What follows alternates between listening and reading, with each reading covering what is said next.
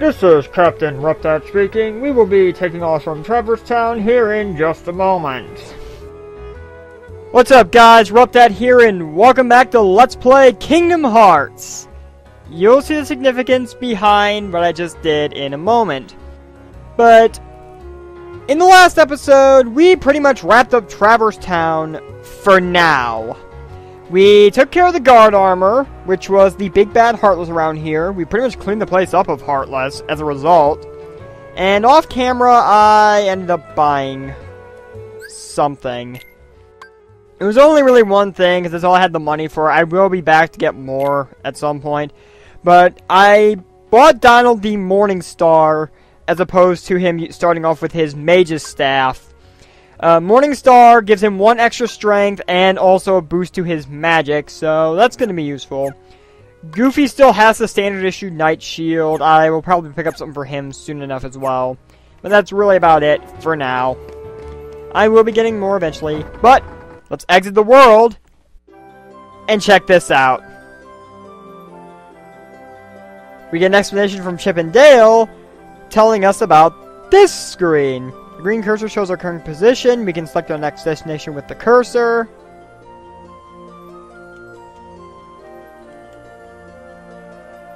For whatever reason, yeah, observe the battle level when you're selecting your destinations. More stars means stronger Heartless. For whatever reason, simply pressing the X button sometimes just will not get to advance. I don't know why, but nah, minor complaint. So we have 2 places we can go. We have this thing, which is a 1 star, and this thing, which is 2 star. Oh, and by the way, what exactly are we doing, you ask? We're about to start flying the Gummi Ship. Now, you remember that race we had with Riku? I'll get into tutorial stuff later if I feel it's necessary, but anyway. You remember earlier when we had that race with Riku, which I completely screwed up? That we were basically competing over the name of the raft? And that bullshit excuse over sharing a Palpu with Kairi. Well, that inevitably becomes the name of your first Gummi Ship. You can build more, and there are more models available, but you'll be getting those out in the field. I'll get into that in a moment. Essentially, the Gummi Ship. Yeah, I'll get into more tutorial-based stuff later when I decide to build another Gummi. I rarely build my own Gummi ships because it typically turns out to be a train wreck. You would think it'd be kind of similar since, I mean, the concept's sort of like Minecraft. But no. Anyway, let's go ahead and go to this 1-star battle level world. And now we start flying through space! As Donald explains, the Gummi Ship is how we're going to travel through different worlds throughout the game. And there are Heartless ships out here. If you destroy Heartless ships, you'll get stuff like energy, health, and on occasion even more pieces for Gummi ships, as well as, yeah, the left analog stick will control the Gummi Ship. If you destroy ships you're seeing for the very first time, as you can see Goofy down there just explaining how to move. Blue gauge is the power level. Flying layers, among other things, consumes it. If you destroy a new ship, you will actually get their blueprint, so you can actually use it yourself. So that's useful. Well, you can build it as long as you have all the necessary pieces. The armor is essentially your health. If it reaches 0, you go back to where you started from and have to redo the flight. The X button shoots. And really that's... Oh, the circle button stops you temporarily, so if you need to pull back for a sec.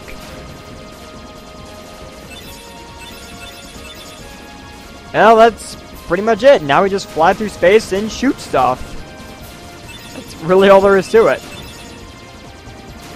There you can see I got the Ahriman model from destroying a new ship, the Ahriman. Yes, all these Heartless ships have names too. Don't expect me to know them off the top of my head, just cause, yeah. And I missed every single one of them. Oh well. Your power level is really only going to go down if you have a much more powerful weapon to fire with. Just this small standard laser, which is good for taking out pretty much most ships. You really it's not going to consume power at all, even if you fire infinitely. I could sit here firing all day, and that thing is not going to go down at all. This thing is very power efficient, so keep that in mind when you're building your own, which again I will get into later. If you stick with small lasers, they're the most power efficient, and mostly you can kill things in one hit. These rings.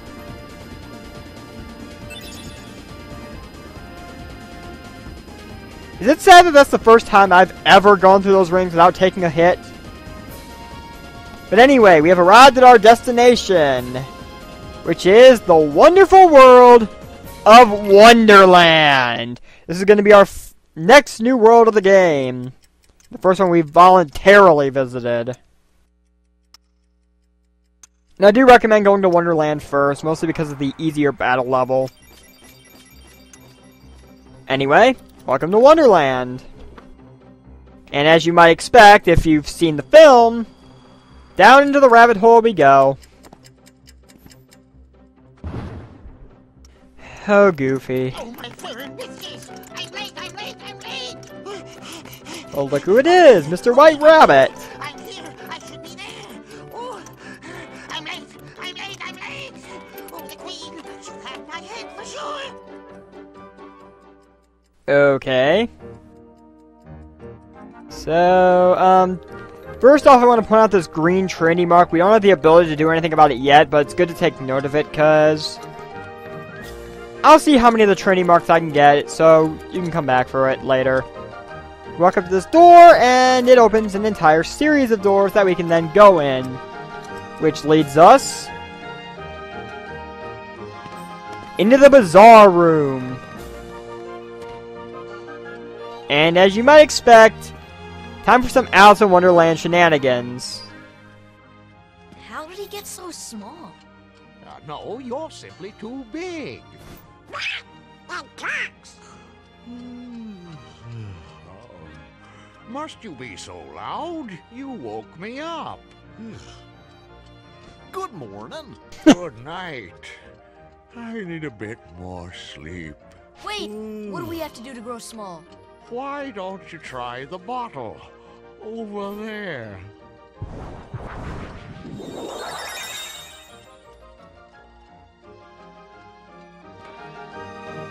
Yeah, small little discrepancy between the actual film / story / whatever medium you're familiar with Alice in Wonderland and this game. Instead of eating something to grow small, well, actually, you can still drink from the bottle to grow small, but growing larger, you'd simply drink from another bottle instead of eating something. First things first, though, let's push this bed out of the way. That's actually something a lot of new players had trouble with, figuring out how to get out of this room. You just need to push the bed aside. But I can see how most people wouldn't think to do that. There's really not a whole lot else to do in here at this size. I mean, there's... yeah.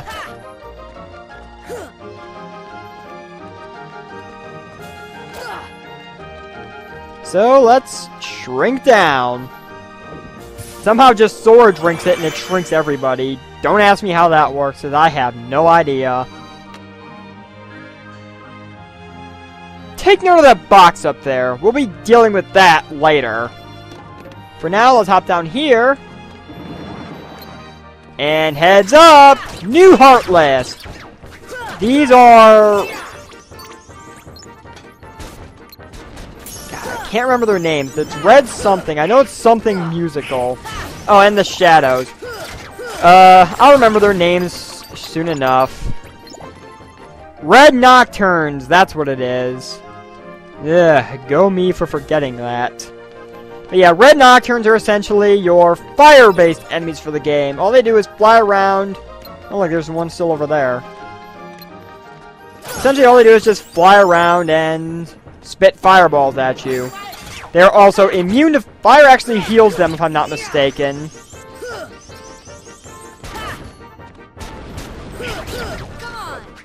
Come on, get out from under the table.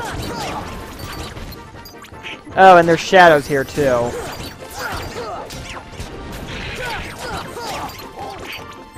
So yes, new enemies, and you can sit here toying around with them. And killing them.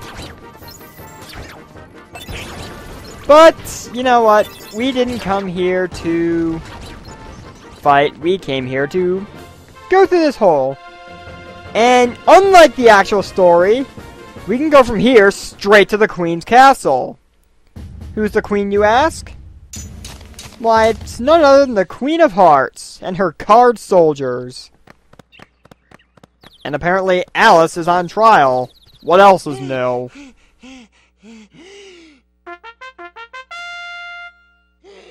Court is now in session. I'm on trial? But why? Her Majesty, the Queen of Hearts, presiding. This girl is the culprit. There's no doubt about it. And the reason is because I say so, that's why. That is so unfair.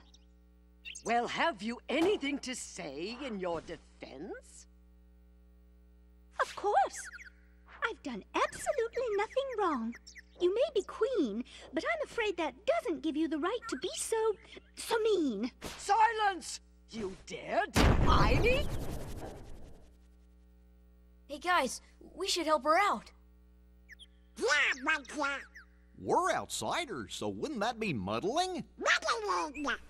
Oh, yeah. And that's against the rules. The court finds the defendant guilty as charged for the crimes of assault and attempted theft of my heart. Off with her head! No! Oh, please! Hold it right there! Since when has Sora ever cared about rules? How dare you interfere with my court? Excuse me, but we know who the real culprit is. Uh-huh. It's the Heartland. Anyway, she's not the one you're looking for. That's nonsense. Have you any proof?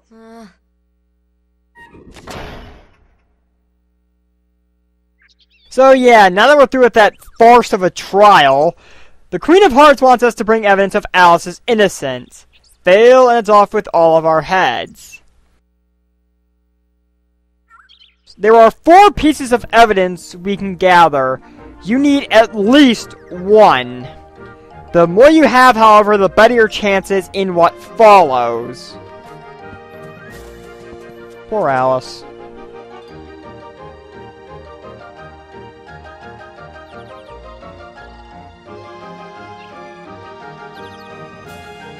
Oh, you have nothing to apologize for, Alice. Sora kind of jumped into it of his own accord. So, we have this save point here. Might as well use it. Just because, why not? And first, let's take a trek into the Lotus Forest.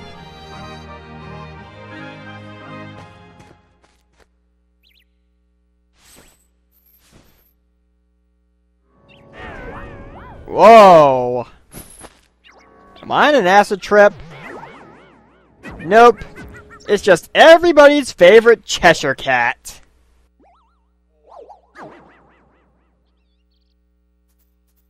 Who has no voice acting in this game, which is kind of sad. And of course, Mr. Cheshire Cat agrees with us. Alice is not guilty.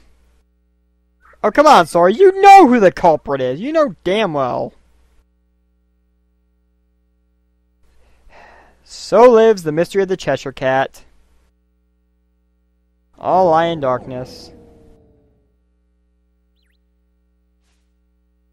There are 4 pieces of evidence in all. 3 are a cinch to find. The 4th is tricky. Big reward if you find them all.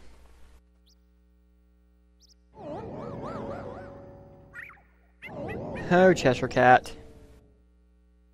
But I think that'll actually do it for this episode to keep it from going on too long. So thank you guys for watching. I have been RuppDat. We gotta start here on the Land of Wonders, Wonderland. And next time on Let's Play Kingdom Hearts, we'll go evidence hunting. and see if we can find all 4 pieces of evidence that will lead to Alice's innocence and silence the Queen of Hearts. See you guys then.